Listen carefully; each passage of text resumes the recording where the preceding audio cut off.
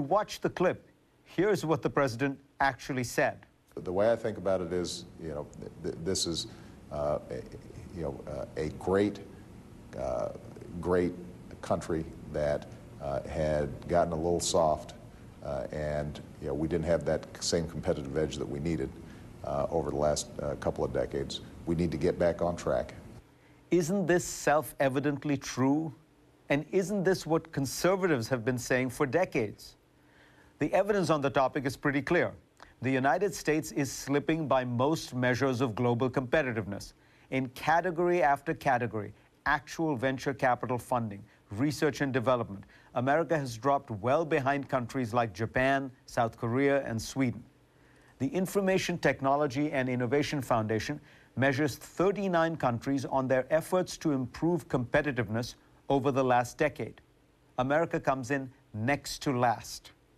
Perhaps the most crucial measure of our ability to compete in a global economy is our educational level, especially in science, math, and engineering. A generation ago, America had the highest percent of college graduates in the world. Today, we are ninth and falling.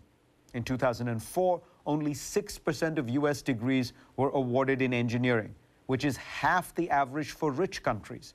In Japan, it's 20%. In Germany, it's 16%. The great scholar Daniel Bell once summed up the essence of the Protestant ethic that spawned industrial civilization in the West: delayed gratification, the ability to save and invest today for a better tomorrow. That's been at the heart of every society's leap from poverty to plenty. And America was a country marked by this ethic. Let me give you 3 examples. In the 1950s, household debt in America was just 34% of our disposable income. Today, it is 115% of disposable income. We're all maxed out on credit cards.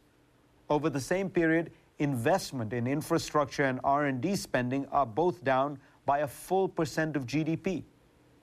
Today, the federal government spends $4 on every adult over 65, compared with $1 for every child under 18. Every level of government now spends less money investing for the future and more fueling consumption for the present. Conservatives used to believe in confronting hard truths, not succumbing to comforting fairy tales.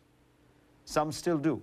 In a bracing essay in the right-wing National Review, Peter Thiel, the co-founder of PayPal and a politically active libertarian, describes quite well how America has, well, gone soft. He notes that the economy hasn't been performing well for decades, that median wages have been stagnating. He argues that the country's innovation culture has begun to decay, corroded by a widespread search for easy progress and quick fixes. In our hearts and minds, Thiel writes, we know that desperate optimism will not save us. That's what the feel-good mantras you hear so often these days sound like. Desperate optimism. For more on this, read my column in this week's Time magazine or at time.com, and let's get started.